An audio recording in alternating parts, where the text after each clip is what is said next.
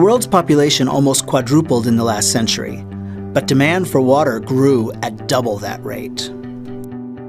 Over the next 50 years, more people and changing lifestyles will need yet another 55% more water.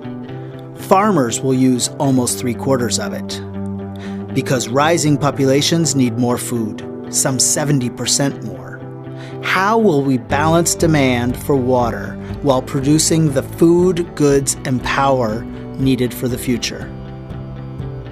Farmers will have to compete with households, manufacturing, and the power sector for scarce water supplies, raising food security concerns unless farmers grow more crop per drop. By 2050, almost 4 billion people will live in river basins, drawing out an unsustainable amount of water.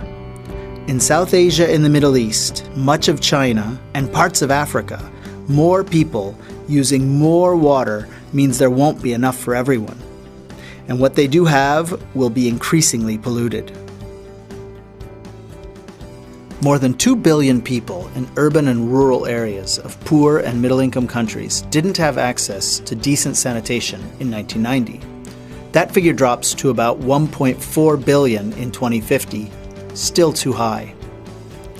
In 1990, 1.2 billion people living in poor and middle-income countries didn't have access to treated water. By 2050, this figure will drop to under 300 million, though their water is still not always safe to drink.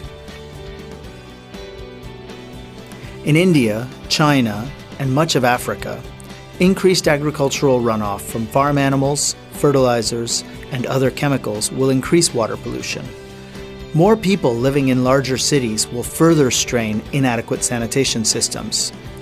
3 times as much polluted wastewater will flow into rivers and lakes, making people sick and killing fish, plants, and animals. That's bad news for oceans, too.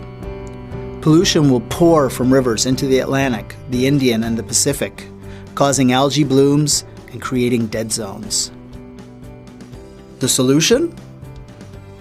People should pay for the water they use. And they should pay to clean the water they pollute. That would discourage waste and cut down pollution. More money is needed for infrastructure and innovation to go along with more recycling, the reuse of water, and natural ecosystems.